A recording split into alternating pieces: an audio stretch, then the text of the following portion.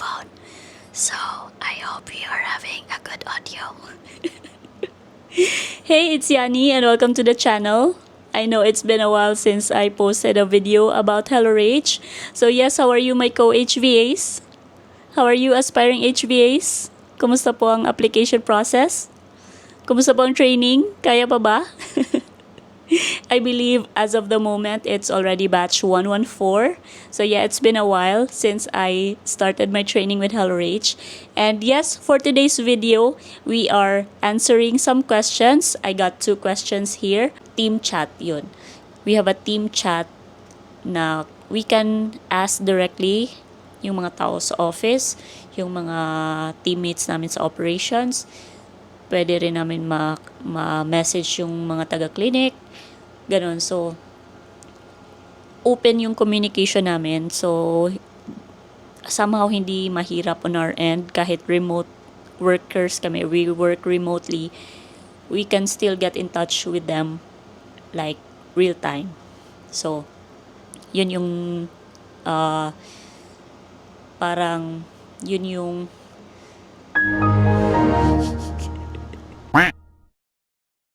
So the first one is from Miss Ara. Sabi niya, "Hello po, are you still working sa HelloRage? Hehe." So to answer this question, yes, I am still working sa HelloRage. I'm from batch 90 and currently they are already hiring for batch 115. So yes, it's been a while. So we had our training July of 2023. So it's almost 2 years na since I had the training. And almost 2 years na rin po ako working with my one and only client. So, yes, it's been a while and it's been so good. So, to all aspiring HVAs, take this as your sign to apply and I will see you on the purple side. Good luck! So, the next question. This is a good question. It's from Kate Diaz. Sabi niya, "Hi, good afternoon. Tanong ko lang po, kapag nagkamali ka po sa admin task, may chances po ba na terminate na agad ni client yung service? Thank you po." So the answer to this question is yes, may chances talaga na terminate na agad ni client yung service. Kasi some clients, they really need the help. So if nagkamali ka, some clients will let you go talaga and find a new one kasi I would say wala na silang time to train you. But if that will happen, kahit ma-terminate ka, kahit kasalanan mo yun, the good thing about being with HelloRage is kahit ganun ang nangyari, they will still find a new client for you. So yeah, they will match you with another client. So yes, hindi ka pababayaan ni HelloRage. And I would say na most clients naman, they are understanding naman and most are not really expecting you na agad-agad smooth na yung paggawa mo ng task or 100% agad. At least in my case, yun yung nangyari. So, a story time, when I was hired, I was the first HVA sa client. So, parang nangangapa din sila na paano i-delegate yung ibang task sa HVA. And parang yung system namin sa office, it wasn't designed pa to have an HVA, to have a remote worker. So, yun, parang nag-a-adjust din yung client ko since I was the first HVA. And on my end din, it's also my first time to have a client and to work remotely. So, parang we had each other na adjusting sa flow or sa dynamics ng work namin sa office. So, ayun, ang nangyari, someone from the office sa client ko, she really trained me sa protocols sa clinic. Though, alam nila na I already had a training with HelloRage, ganyan. But, iba kasi yung, pag may client ka na kasi, yung protocols ng office ng client mo yung masusunod talaga. Kasi, yun nga, doon ka na nag-work. So, yung training naman sa HelloRage, intensive yun. So, ituturo nila yung basics, like, kung sa admin, like appointment setting,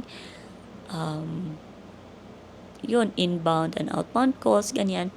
So, trained talaga yung mga HVAs to do that. But, most clients, once ma-hire ka nila, they will really spend time to train you, like 1 to 2 weeks.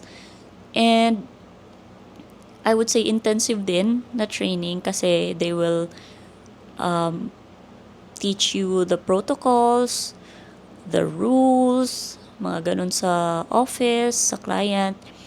And in my case, since I am the first HVA, so parang nag-a-adjust talaga si client. So, ang nangyari, they contacted the IT company, yung IT nila, para mag-set ng meeting sa akin to set up my workstation here. So, medyo natagalan yun kasi yun nga, first HVA ako, so hindi pa nila alam paano. And yun, while waiting for my setup to complete, like para magkaroon ako ng calls, we also had the intensive training with my client. So, someone from the office, magmi-meet kami, Google Meet, and I think it was every other afternoon. So, yun. Every other afternoon, we had a training. So, tinuro niya sa akin yung protocols ng clinic, mga rules, mga ganyan. Just like the protocols sa training sa HelloRage, but yung sa training kasi with HelloRage, iba yung protocol na sinusunod, and yung client ko iba din yung protocol. Some of the protocols iba. So, tinuro yun sa akin, and then I had a good client na they understood naman na kailangan ko pa talaga ng training, ganun. So, ang nangyari, gradual lang yung pagbigay nila ng task sa akin. And since hindi pa na-set up yung phone ko, so wala pa akong calls. So, kasi admin HVA ako. So, wala pa akong calls. So, gradual yung pagbigay nila ng task. So, I started with replying the text messages, sending emails, printing paperwork, ganon. So, unti-unti yung ina-add sa task ko. So, yun nga, usually yung training sana 1 to 2 weeks lang with the client. Pero yung sa akin, medyo natagalan dahil nga sa setup namin, ganon. So, it took months para fully calls talaga ako, inbound and outbound. So, yun, first few months, yung last quarter ng 2023, wala akong calls. So, yun, puro text, emails, ganun. So, and then, December that year, sinabihan ako na they are planning to add one more HVA. So, I was so happy kasi akala ko ako lang talaga mag-isa. Though may mga tao naman sa office, and the good thing about our office with my client, may group chat kami, like a team chat, ganun. So, I can communicate with my teammates sa operations kasi sa operations ako. I can communicate with them real time. So, kung may tanong ako, ganyan, may mga concerns, I can just chat. Yun, parang, yun nga, GC, ganun. So, pwede akong mag-chat sa operations, pwede sa clinic, mga tao sa clinic, ganun.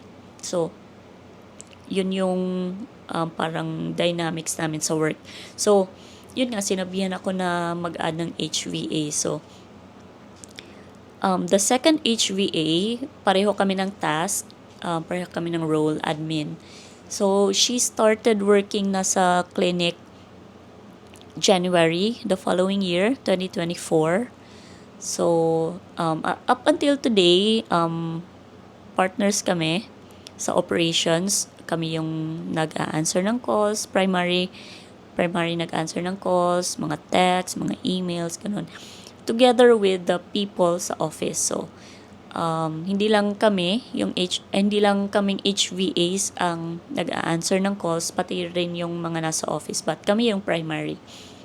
So, after a few months, nag-add ulit. So, this time scribe. So, the third HVA is a scribe. And then, a few months ulit, nag-add ulit ng isa for billing and claims sa insurance. So, 4 na kami. And then, few months ulit, nag-add ulit ng isa pang scribe. So, currently, we are 5 na HVAs. I'm so happy kasi dumami na kami. From 1 to 5. So, yun. Happy naman yung working environment namin sa client. So, ayun. I would say na sa client ko, we really took time. Yung taga-office talaga really took time to teach us the protocols. And they are so understanding na hindi naman namin makukuha 100% agad or smooth agad. Isang turo lang, smooth na parang ganun. Pero, I know we are capable naman na to do the task kasi we are trained by HelloRage. But, may mga protocols kasi sa client, sa office namin na iba. And, during the training, yung tinuro sa amin is the basics or the usual na protocols na ma-apply sa mga patients na nagko-call. So, yun yung tinuro lang. And, day by day, may mga na-add na lessons or protocols kasi may bagong halimbawa may tumawag na patient and then ito yung concern niya and hindi yun usual, so hindi yun nasali sa training namin with the client. So pag mga ganun, magmi-meet ulit kami and then ituturo naman nila. So if ganito yung reason ng call, ito yung dapat gawin, ganyan. So, hanggang ngayon, it's still, we're still learning with the client. So, I'm happy that it is our way of working with the client. Kahit working remotely kami, we really feel that we are in the office, we are included in the team. So, ganun yung dynamics namin.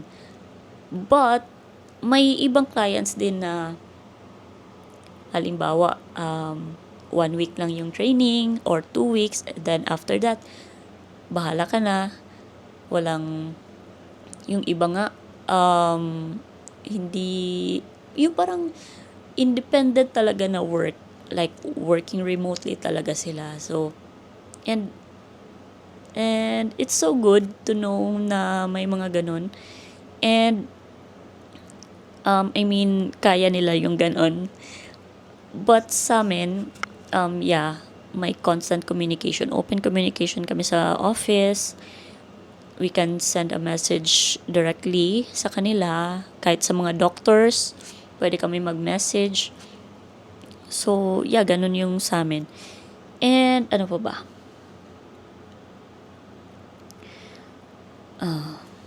I think yun lang. Wala na akong maisip. But, for this video, I think yun na yun. And if you have other questions, feel free to post that in the comment section and I will do my best to answer them. So if not through a video, I will answer them through the comments kasi it's harder na ngayon na I'm working full-time with the client. It's harder na to do something like this all the time, like gaya ng dati. So yes, I will do my best to answer that question. So yeah, I hope you are having a good day, and to all my co-HVAs, I hope you are having a great relationship with your client. And sa mga Bisaya na HVAs, hi sa inyong tanan. And yes, this is Yani. I will see you next time. Bye-bye.